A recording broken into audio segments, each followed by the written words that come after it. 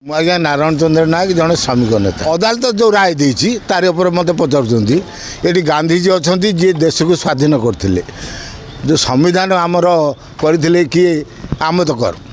ଆଜ୍ଞା ଦେଖନ୍ତୁ, ବିଜେପି ସରକାର ଯେତେବେଳେ ଆଇଲେ ସେତେବେଳେ ସେ ଗୋଟେ ସମାଲୋଚନା କରୁଥିଲେ ଯେ କଂଗ୍ରେସ ବାଲା ସିବିଆଇ କି ପିଞ୍ଜରାର ସାରି କରିକି ରଖିଥିଲେ।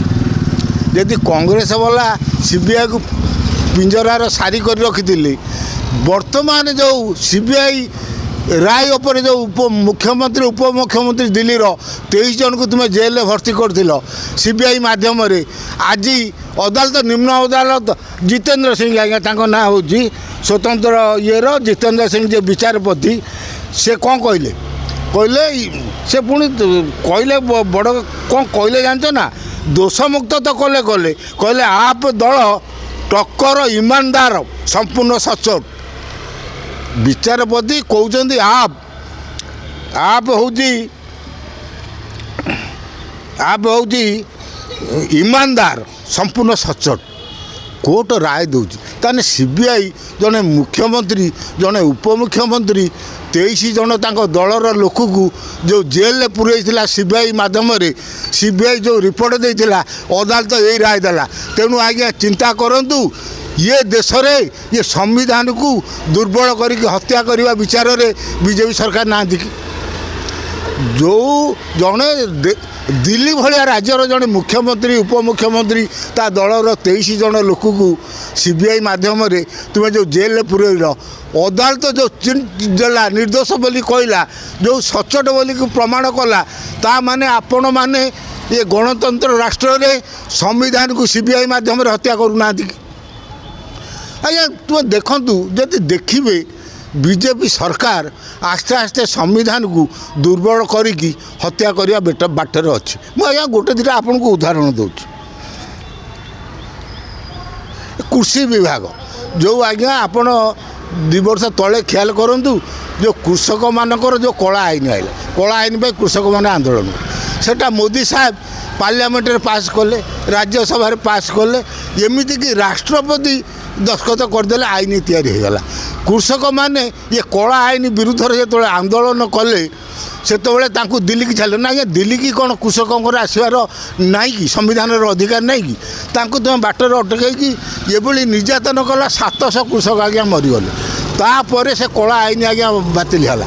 ତେଣୁ ଦେଶର ସର୍ବୋଚ୍ଚ ମହାମହିମ ରାଷ୍ଟ୍ରପତି ରାମନାଥ କୋବିନ୍ଦ ଯେଉଁ ସାଇନ୍ କରିଥିଲେ, ଯେଉଁ ଆଇନ କରିଥିଲେ, ନରେନ୍ଦ୍ର ମୋଦି ରାଷ୍ଟ୍ରପତିକି ବି ବଳି ପକାଇଦେଲେ।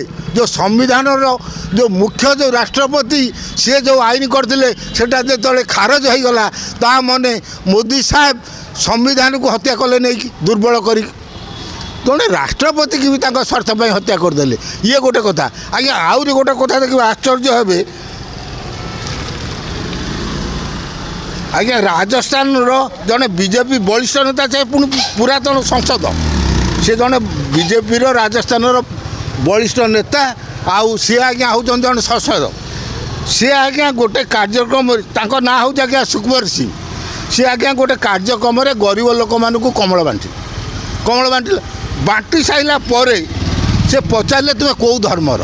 କିଛି ଯେଉଁ ମୁସଲମାନ ମହିଳାମାନେ କମ୍ବଳ ନେଇଥିଲେ, ତାଙ୍କଠୁ ସେ କମ୍ବଳ ଗୁରା ଆଜ୍ଞା ଛଡ଼େଇକି ଘିତି ଆଣିଲେ। ଛଡ଼େଇକି ଆଣିକି ତାଙ୍କୁ କହିଲେ, ତୁମେ ପ୍ରଧାନମନ୍ତ୍ରୀ ନରେନ୍ଦ୍ର ମୋଦିକି ଗାଳି ଦେଉଛ, ତୁମର କମଳ ନେବାର ସହାୟତା ନେବାର କୌଣସି ଅଧିକାର ନାହିଁ। ଆଜ୍ଞା ବିଚାର କରନ୍ତୁ, ଧର୍ମ ନିରପେକ୍ଷ ରାଷ୍ଟ୍ରରେ ଜଣେ ପୁରାତନ ସଂସଦ କମଳ ବାଣ୍ଟିଥିଲା ବେଳେ ମୁସଲମାନ ମାଇକିନାଙ୍କଠୁ ସ୍ତ୍ରୀ ଲୋକମାନଙ୍କଠୁ କମଳ ଛଡ଼େଇ ଆଣିବା, ତାଙ୍କୁ ଏଭଳି ଭାଷାରେ ଗାଳି ଦେବା, ଏଠୁ ପଳା ବୋଲିକି କହିବା, ଯେହେତୁ ତୁମର ନରେନ୍ଦ୍ର ମୋଦିକି ଗାଳି ଦେଉଛ, ତୁମର ସହାୟତା ନେବାର ଅଧିକାର ନାହିଁ। ଦେଖନ୍ତୁ ଗଣତନ୍ତ୍ର ଏ ସମ୍ବିଧାନକୁ ଆଜ୍ଞା ଦୁର୍ବଳ କରିକି ହତ୍ୟା କରିବାକୁ ଚାହୁଁନାହାନ୍ତି। ଜଣେ ସଂସଦ, ସେ ଆଜ୍ଞା ସାଧାରଣ ଲୋକ ନୁହଁ, ଜଣେ ସଂସଦ କମଳ ବାଣ୍ଟିଲା ପରେ କି ଧର୍ମର ପଚାରୁଛି, ସେ ମୁସଲମାନ ମହିଳା ବୋଲିକି ଆଜ୍ଞା ତାଙ୍କଠୁ ଛଡ଼େଇ ନେଇଯାଉଛି ଏଇ ଯେଉଁ କମଳ। ଆଜ୍ଞା ଇଏ ହେଉଛି ବିଜେପି ସରକାରଙ୍କର ଚରିତ୍ର। ତାହେଲେ ଏ ଦେଶରେ କ'ଣ ମୁସଲମାନ ମହିଳାମାନଙ୍କର ଅନୁଦାନ ନେବାର ଅଧିକାର ନାହିଁ କି? ଦେଖନ୍ତୁ ଏ ସମ୍ବିଧାନ ଧର୍ମ ନିରପେକ୍ଷ ରାଷ୍ଟ୍ରକୁ ଏମାନେ କୌଣସି ବାଟରେ ହତ୍ୟା କରିବା ଚିନ୍ତା। ସବୁଠାରୁ ଆଜ୍ଞା ବଡ଼ କଥା ହେଉଛି ଏବେ ଯେଉଁ ଶିକ୍ଷା ବିଭାଗର ଯେଉଁ ବାହାରିଲା ଯେ ସେମାନେ ନ୍ୟାୟପାଳିକା ଦୁର୍ନୀତି ଆଉ ବିଳମ୍ବିତ ନ୍ୟାୟ ନାହିଁ ନା ବୋଲି କହିଲେ। ଗୋଟେ ପୁସ୍ତକ ଦେଶର ପୁସ୍ତକରେ ଆମର ଦେଶର ଭବିଷ୍ୟତ ଛାତ୍ରମାନେ ପଢ଼ିବେ, ସେ ପୁସ୍ତକରେ ଲେଖା ହେଉଛି ଯେ ନ୍ୟାୟପାଳିକା ଦୁର୍ନୀତି, ନ୍ୟାୟପାଳିକା ଦୁର୍ନୀତି, ଡେରିର ନ୍ୟାୟ ନ୍ୟାୟ ନୁହଁ। ଆଜ୍ଞା ଆର ମାନେ କ'ଣ? ଆମର ଯେଉଁ ଭବିଷ୍ୟତ ପିଲାମାନେ ଏ ବହି ଅବଶ୍ୟ ଯେକୌଣସି ଦୃଷ୍ଟିରୁ ହେଉ, ମୁଁ ଆପଣଙ୍କ ମାଧ୍ୟମରେ ସୁପ୍ରିମକୋର୍ଟର ପ୍ରଧାନ ବିଚାରପତିକି ଏଇଠୁ ନମସ୍କାର ହେଉଛି, ତାଙ୍କୁ ଜୁହାର ହେଇକି କହୁଛି ଆପଣଙ୍କ ଭଳି ବିଚାରପତିମାନେ ଆଜି ଗଣତନ୍ତ୍ରକୁ ରକ୍ଷା କରିଛନ୍ତି, ସମ୍ବିଧାନକୁ ବଚାଉଛନ୍ତି। ସିଏ ବିରୋଧ କଲେ ବୋଲିକି, ନହେଲେ ସେ ବହି ଆଜ୍ଞା ବିକ୍ରି ହେଇଥିଲା। ତାହେଲେ ସର୍ବୋଚ୍ଚ ନ୍ୟାୟାଳୟ ଦୁର୍ନୀତି, ଡେରିରେ ନ୍ୟାୟ ହେଲେ ଆଜ୍ଞା ସେଟା ନ୍ୟାୟ ନୁହଁ। ଆଜ୍ଞା ଗୋଟେ ନ୍ୟାୟ ବିଚାରାଳୟ ଗୋଟେ ଯେତେବେଳେ ନ୍ୟାୟ କରିବ, ସେ ଉଭୟ ପକ୍ଷଙ୍କ କଥା ଶୁଣିଲା ପରେ ରାୟ ଦେବ ନା। ଯଦି ଉଭୟ ପକ୍ଷ ଟାଇମ୍ ନେବେ କି ଭଲ ମନ୍ଦ କରିବେ, ସାକ୍ଷୀ ଯୋଗାଡ଼ କରିବେ, ଡେରି ନିଶ୍ଚିତ ହେବ। ତାହେଲେ ଡେରିର ଯେଉଁ ନ୍ୟାୟ ମିଳିବ କୋର୍ଟ ଦେବ, ସେଟା ଗ୍ରହଣୀୟ ନୁହଁ, ମାଟା ନ୍ୟାୟ ନୁହଁ ବୋଲିକି ଏମାନେ ଆଜ୍ଞା ପୁସ୍ତକରେ ଲେଖୁଥିଲେ। ଆମ ଭବିଷ୍ୟତ ପିଢ଼ି ପାଇଁ ଏ ଦେଶର ସମ୍ବିଧାନକୁ ହତ୍ୟା କରିବାର, ଦୁର୍ବଳ କରିବାର ଆଜ୍ଞା ବଡ଼ ବାର୍ତ୍ତା। ମୁଁ ଆଜ୍ଞା ଆପଣଙ୍କ ମାଧ୍ୟମରେ ପଚାରିବାକୁ ଚାହୁଁଛି ଯେ ତୁଷାର ମେହେଟା ଯେ ଆଡ଼ଭୋକେଟ୍ ଜେନେରାଲ, ସିଏ କହିଲେ ଯେଉଁ ଦୁଇ ଜଣ ଏ ବହି ଲେଖିଥିଲେ ଆମେ ତାଙ୍କୁ ଚାକିରିରୁ ବାହାର କରିଦେଇଛୁ।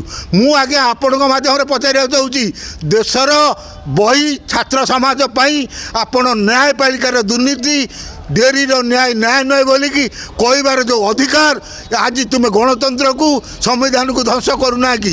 ମୁଁ ଆପଣଙ୍କ ମାଧ୍ୟମରେ ପଚାରିବାକୁ ଚାହୁଁଛି, ତୁଷାର ମେହେଟା ମହୋଦୟକୁ ଆଡ଼ଭୋକେଟ୍ ଜେନେରାଲ ପଚାରୁଛି, ଶିକ୍ଷାମନ୍ତ୍ରୀ ଧର୍ମେନ୍ଦ୍ର ପ୍ରଧାନ ଆଜି ପର୍ଯ୍ୟନ୍ତ ଇସ୍ତଫା ଦେଇନାହାନ୍ତି କାହିଁକି? ଯେଉଁ ଶିକ୍ଷାମନ୍ତ୍ରୀ ଆମ ଓଡ଼ିଶାର ପୁଅ ସିଏ, କିନ୍ତୁ ଶିକ୍ଷାମନ୍ତ୍ରୀ ଯେଉଁ ଦେଶରେ ପ୍ରଚଳନ ହେବାକୁ ଯାଉଥିଲା ଯେଉଁ ବହି, ତାକୁ ଆଜ୍ଞା ସେ ପଢ଼ିଥିଲେ। ଆମ ଦେଶର ନ୍ୟାୟାଳୟ ପ୍ରତି ଆମମାନଙ୍କର ଯଦି ଦୁର୍ନୀତି ବୋଲିକି ଆମେ ନ୍ୟାୟାଳୟକୁ କହିବା, ଡେରିର ନ୍ୟାୟକୁ ଯଦି ନ୍ୟାୟ ନୁହଁ ବୋଲି କହିବା, ତାହେଲେ ଏ ଦେଶରେ ଗଣତନ୍ତ୍ର ସମ୍ବିଧାନକୁ ଯଦି ଦୁର୍ବଳ କରିକି ହତ୍ୟା କରିବାକୁ ଚାହୁଁଛି, ସିଏ ଆଜ୍ଞା ହେଉଛି ବିଜେପି ସରକାର। ତେଣୁ ମୁଁ ଦେଶବାସୀକୁ କହିବାକୁ ଚାହୁଁଛି, ଦେଶବାସୀ ବିଚାର କରନ୍ତୁ। ଯେଉଁ ସ୍ୱାର୍ଥ ପାଇଁ କୃଷି ଆଇନରେ ମହାମହିମ ରାଷ୍ଟ୍ରପତି କିଏ ମୋଦି ସାହେବ ବଳି ପକାଇଥିଲେ, ଆଉ ରାଜସ୍ଥାନରେ ମୁସଲମାନ ମହିଳାଙ୍କୁ କମ୍ବଳ ଛଡ଼େଇ ଆଣୁଛନ୍ତି, ତୁମେ ମୁସଲମାନ ଧର୍ମର ବୋଲି ଆମ ମୋଦିକି ଗାଳି ଦେଉଛ ବୋଲି, ଶେଷରେ ପାଷ୍ଟ୍ରପୁଚ୍ଛକରେ ଯେଉଁ ଆମର ସର୍ବୋଚ୍ଚ ନ୍ୟାୟାଳୟ, ଯେଉଁ ନ୍ୟାୟାଳୟ ପାଇଁ ଆମେ ଆଜି ବଞ୍ଚିଛି, ଦେଶର ସମ୍ବିଧାନ ଲେଖା ହେଇଛି କି ଦେଶର ଜନସାଧାରଣ ନ୍ୟାୟ ପାଉଛନ୍ତି, ତାଙ୍କୁ ଯଦି ଏ ସରକାର ବହି ଲେଖୁଛି ଏମାନେ ଅଦାଲତ ଦୁର୍ନୀତି, ଡେରିର ନ୍ୟାୟ ନ୍ୟାୟ ବୋଲି ଦେଶବାସୀ ଏଟା ବିଚାର କରିବାକୁ ସମୟ ଆସିଛି।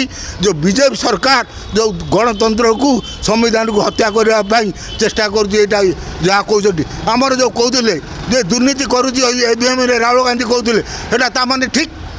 ଇଏ ବିଭିନ୍ନ କାରଣରେ ଆଉ ଜଣେ ଆମର ଆପ୍ର ତାଙ୍କ ସଭାପତି କହୁଥିଲେ ଯେ ଅନ୍ୟ ଦଳରେ ଯିଏ ରହିବ ତାଙ୍କ କଥା ନ ମାନିବ, ଦଳରେ ନ ମିଶିବ, ତାକୁ ଜେଲରେ ପୁରେଇବେ। ଯିଏ ତାଙ୍କ ଦଳରେ ମିଶିବ, ସେ ଯେତେ ଦୁର୍ନୀତିଗତ ହେଉଥିଲେ ସୁଦ୍ଧା ସିଏ ହେଉଛି ସଚ୍ଚୋଟ ହେଇଯିବ। ତାହେଲେ କ'ଣ ଏଟା ୱାସିଂ ମେସିନ୍?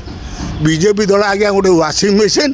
ଅନ୍ୟ ଦଳରେ ତୁମେ ଠିକ୍ କଥା କହିଲେ ଜେଲରେ ପଶିବ, ଯଦି ତାଙ୍କ ଦଳରେ ମିଶିବ ତୁମେ ୱାସିଂ ମେସିନ୍ରେ ପଶିକି ବାହାରିଲା ସଫା ହେଲା ଭଳିଆ ସଫା ହେଇଯିବ।